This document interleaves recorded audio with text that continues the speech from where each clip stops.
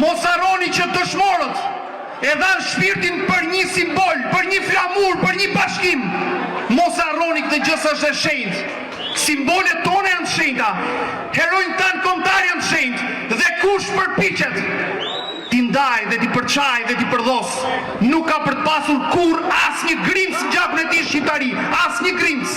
Ndaj shpresoj shumë që jo vetëm si sot, po gjithmonë më shumë t'jemi bashkë për treguar se shqiptarët mbi lotët, mbi gjakun, mbi sakrificat, mbi historinë e padrejtë, din ta ngrejnë të ardhmen, din të jenë bashkë, din të jenë në një flamur, në një histori, në një traditë, në një gjuhë, siç na e ka dhënë Zoti dhe historia. Dëshmorët dan jetën e shpirtin për liri. Por ju e dini që të gjithë që dëshmorët kanë vetëm ditëlindje.